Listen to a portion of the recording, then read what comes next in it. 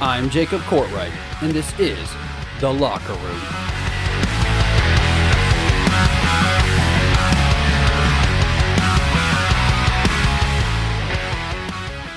Good morning, everyone, and welcome into Saturday Morning Pick'ems with the boys. And today I've got the boys, two of my brothers, one actually in blood and one adopted by blood, Mr. Justin Courtwright and Mr. Seth Thornton. We've had them both on the show so far this year, and I had to bring them together to round it out to a great Saturday show for you today. And we've got a good Saturday. There's not a lot of games that a lot of people would call big television games, or a lot of games that people would call big high stakes games. We've got, of course, the big game of the day, which is Penn State versus Ohio State. But there's a couple interesting matchups today for the simple fact that some players are out for COVID. There's a lot of injuries on some teams. But we're going to go ahead and start right at the biggest game of the day for me, besides the Penn State-Ohio State game. Of course, that's the biggest. But we have Clemson, number one, versus Boston College. And why this is such a big game is because Clemson's quarterback, Trevor Lawrence, is out due to COVID. Will that affect the Tigers moving forward against a Boston College team that has slowly gained some momentum in the last few games? I don't know. So I'm going to start with you, Seth. What do you think on this game? And then, Justin, we will go to you. No, I don't think there's going to be any chance for Boston College. I think Clemson's going to put up easy 45 and keep rolling. Their backup quarterback, DJ, is going to be a stud whenever Trevor Lawrence leaves. So they're not going to miss a beat. And Justin? Yeah, I kind of have to agree with Seth over here. I don't think Boston College has any shot at being anywhere close to this game. DJ has come in this year, and he's filled in for Trevor Lawrence when they were having some blowouts there, and he ended up just keeping the ship going. So I don't expect anything less, and I expect Clemson to have a blowout win versus Boston College today. Yeah, see, I wanted this to be a big story, and I wanted this game to be a lot closer, especially teams that are looking to try and sneak into that playoff race. They're probably thinking if there's ever a game that Clemson could be vulnerable, I don't think it's going to be against Notre Dame like a lot of people think. I think Notre Dame is instead of a wolf in sheep's clothing, it might be a sheep in sheep's clothing, because I don't think they're that good of a team. So if there ever was a game that people think that there's a pitfall, it could be this game. But DJ came in a couple times already this year, over 100 yards, only 5 incompletions, no touchdowns though. But I think he's going to pick up very nicely when Trevor Lawrence moves on. I see this game as, again, a blowout. And one of the bigger reasons too is just Travis Etienne in the backfield. He already has 512 yards and 12 touchdowns this year on only 81 carries. So when you have a first-round back, arguably, in your backfield, and you have a couple first-round defensive players, I don't see this thing being close. Boston College struggles to run the ball, although their passing attack has gotten better with Jerkovich behind manning that position. I just still don't see them able to put up the points that they need to in place of a Trevor Lawrence. It's just not going to be enough. I've got Clemson here in a blowout. I'm going to go 48-14. I think Boston College keeps it close in the first half. But then, of course, like we saw against Syracuse, Clemson takes the day away. All right, moving on to number 2, Memphis versus number 7, Cincinnati. This is a fun game because Memphis is leading the conference in points, putting up over 155 in just 4 simple games, while Cincinnati is right along pace, putting up just about as many points. Few behind them, though. But what Memphis what Memphis puts up in points, they also give up in points. Memphis is also allowing 118 points to their opposing opponents in the first 4 games as well. So they might put up some points, but they're always going to give up some points. And I think Cincinnati finally has found a quarterback that fits their system, a true dual threat. He led them to a win last week simply off of his legs. This is going to be a fun matchup, and it's going to be a very high-scoring matchup. So if you like high-scoring offenses and defenses that don't really play hard, then you're going to enjoy this game. Justin, I will start with you this game. What do you think is going to happen in Memphis versus number 7, Cincinnati? Well, hey, look, these teams have met 79 times in their football programs, and out of the 79 times, Memphis leads the all-time series lead.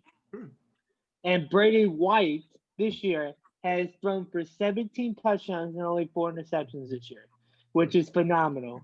Yeah. And they have two stud running backs from Memphis that both are going to be in the NFL one day. And like I said, they don't play defense, but I'm gonna go Memphis by 14 points in this game. I'm gonna go 35-21. Seth, what do you think? That's too low scoring. There's no way that's all they put up. But no, I see Cincinnati winning this. This will be the best team Memphis plays this year. And they could barely even pull out a win against UCF, which isn't the same UCF as days past. So Cincinnati might keep it fun and interesting with Memphis for a bit, but I think they pull away towards the end. Yeah, that's the point I was going to go off, Seth. UCF, they barely beat a team like that, and the only thing really tangible from that UCF team from the years past is their quarterback, Gabriel. He's about to go, and the only reason he's still there is because his dad asked him to finish out his college degree. So when you only have basically one starter from that great team that we saw just a few years ago on that team and you barely beat that team, you're going to be in a world of trouble against a Cincinnati team that I think is a whole lot more talented on both sides of the football, returning almost 21 starters, whether it's special teams, offense, or defense. So they are completely loaded on almost every single side of the football. I think it's fun. I think it's close, but I think Memphis is going to lose in a tough, close game towards the end. I say Cincinnati pulls it out by at least a touchdown and maybe a touchdown and a field goal. I don't know, but I'm going to go 48-41, and Cincinnati pulls it out right at the last minute. And now we are going to move on to one of my favorite games of the day, because this team pulled off probably one of the biggest upsets we've seen in opening week in a very long time. Number 17, Indiana. And that's right, I did not stutter. Indiana versus Rutgers. And a lot of people are saying Rutgers football is finally back, and people are praising Rutgers on what a great team they are. This is a great matchup for a Saturday football fan. Justin, I'll start with you again. 17 Indiana versus Rutgers. Who do you got? Well, look, Rutgers and Indiana have not been known to be good in the past.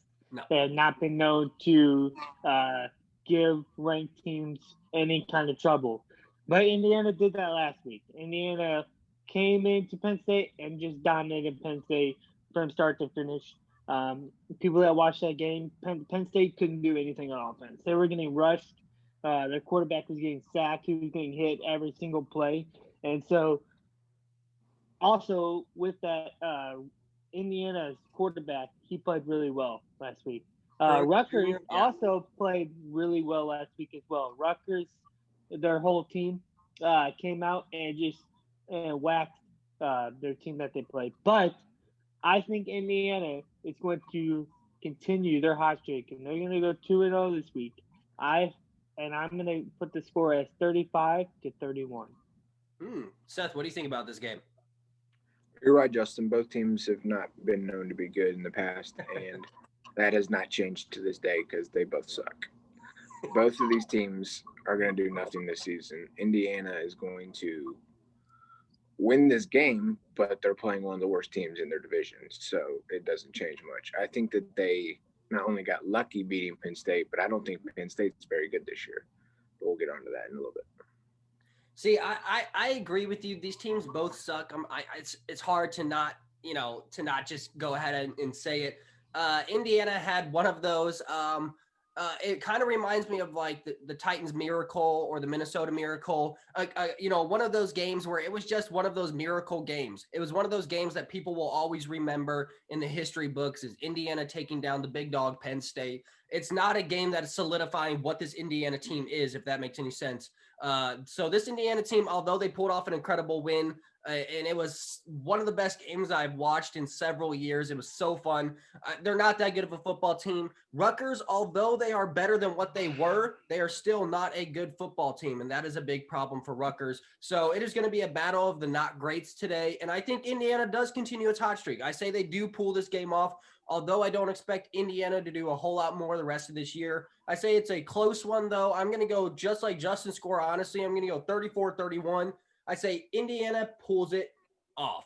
All right. So now we're going to move on to Texas versus number 6, Oklahoma State. Another very interesting matchup for me because Texas, although they do not have the record that a lot of people thought they would going into this week, this Texas team has slowly come alive in the last few weeks on the running attacks, both by the quarterback and their running back array on the ground, which is very interesting because everybody talked about Sam Ehlinger being such a big-armed quarterback, somebody that is going to toss the ball for 500 yards. But the problem is that kind of looks opposite. The running game and the legs of their own quarterback, Sam Ehlinger, is what has led this team to 45 points in the last 3 games that they have played. So Texas is taking on a very good team today against Oklahoma State, whose defense is allowing a league's best 12 points per game, and Texas is putting up 45 points per game, which is league best as well. So best offense versus technically the best defense.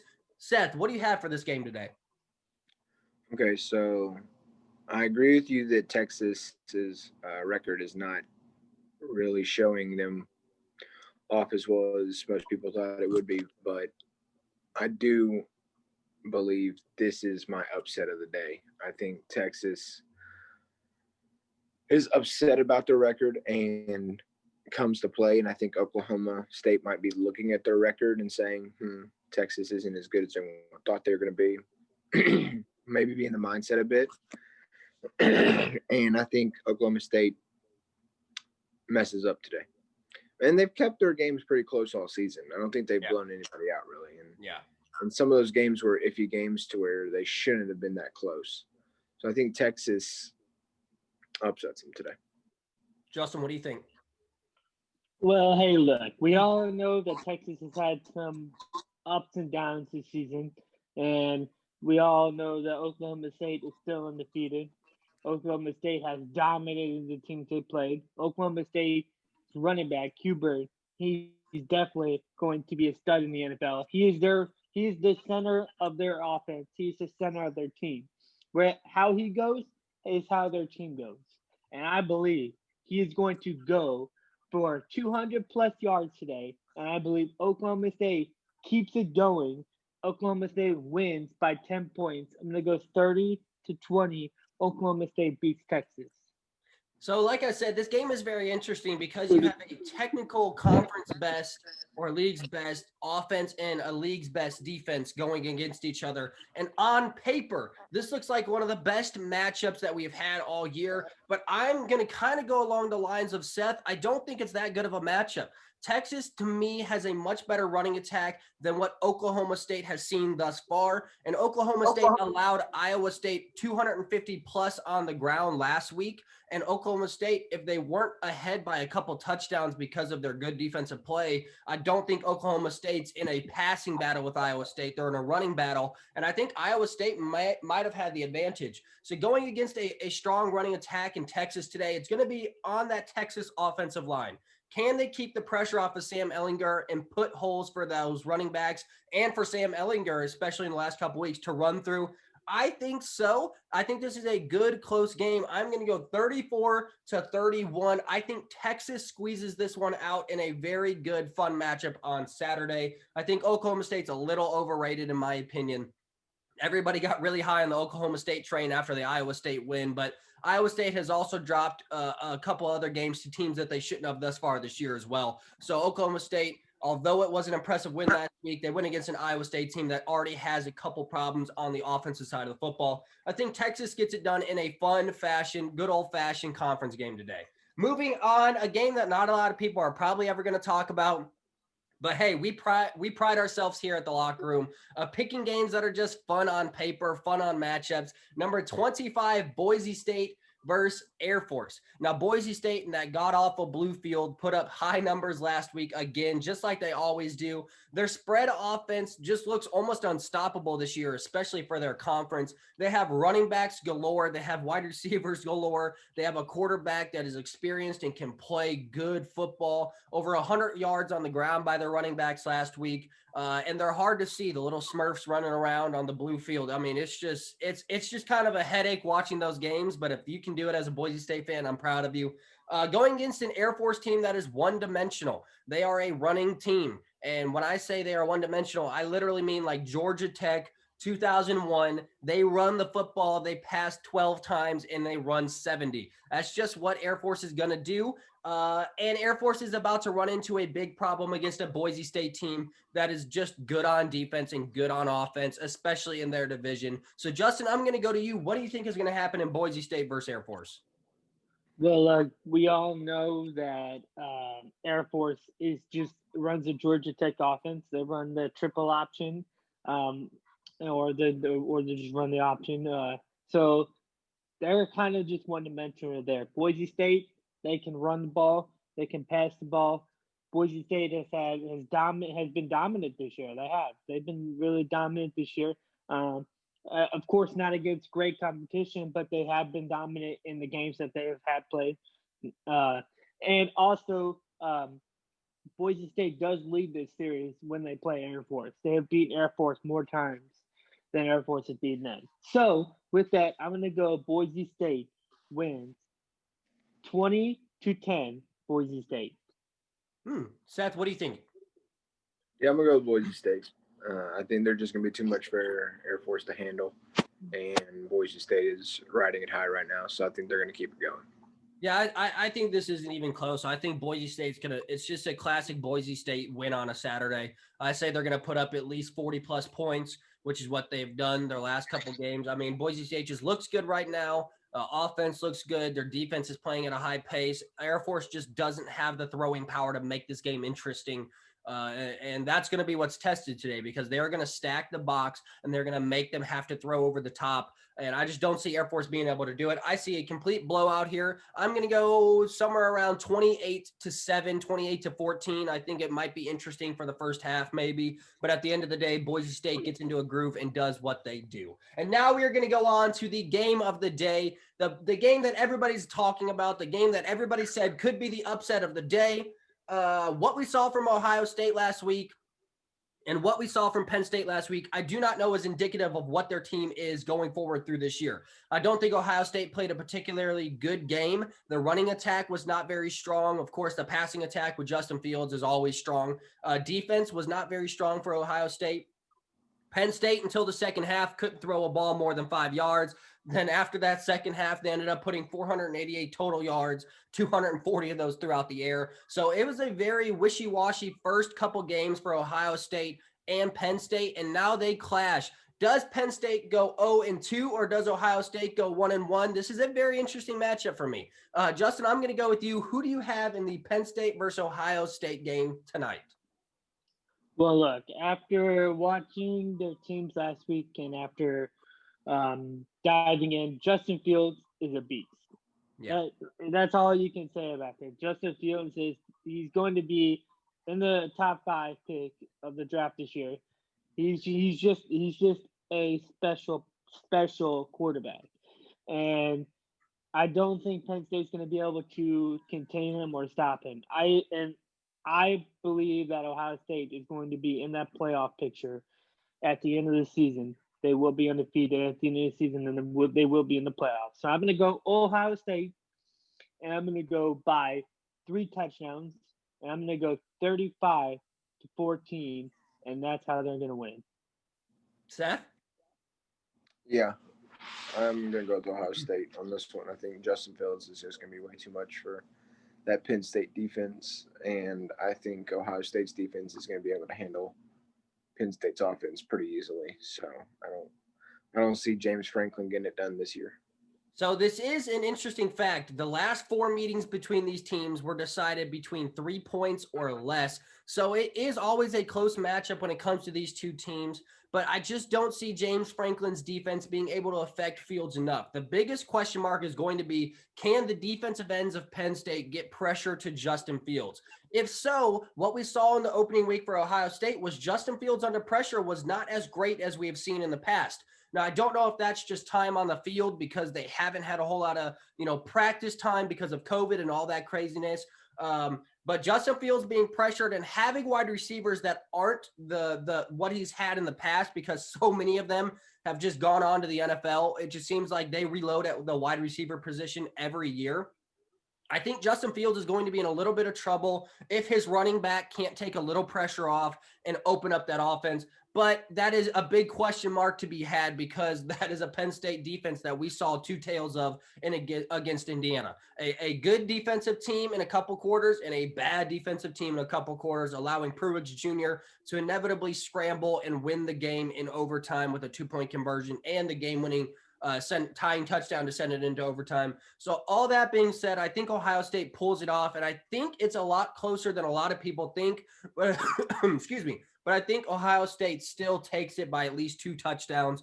I'm going to go 28-14 here. I just see Justin Fields at the end of the day being too much on the ground and through the air for this Penn State defense. Well, there you have it. That is our Saturday morning pick'em. I enjoyed having you both on. This might be a regular thing, as we have talked about. We've had a lot of love. Make sure you go to Instagram and play along. We still don't have a perfect bracket, but that is just because college football has been so fun. There's been a lot of upsets that not a lot of people thought about thus far this year. So all of this craziness going on in college football is great, but it's also bad. So make sure you go try and see if you can be a clean picker for a Saturday for cash prizes at the end of the year. Seth, thank you for joining me. Justin, thank you for joining me. I know it's early, but we are here to bring you content, guys. I will make sure that their Instagrams are attached on my Instagram. So go show them some love, follow them, guys, and I will see you next Saturday. Have a great day. We here at The Locker Room thank you for joining us on this Saturday morning pick'em. If you'd like to know how to play along at home, it is simple. You will now see a slide with all of my social media. Follow me on Instagram every Saturday morning, and you can vote. At the end of the college football season, I will pick a winner for a cash prize for whoever gets the most right answers. So make sure you follow my social media. That is the only way to lock in your answer. You must follow, then join along and play.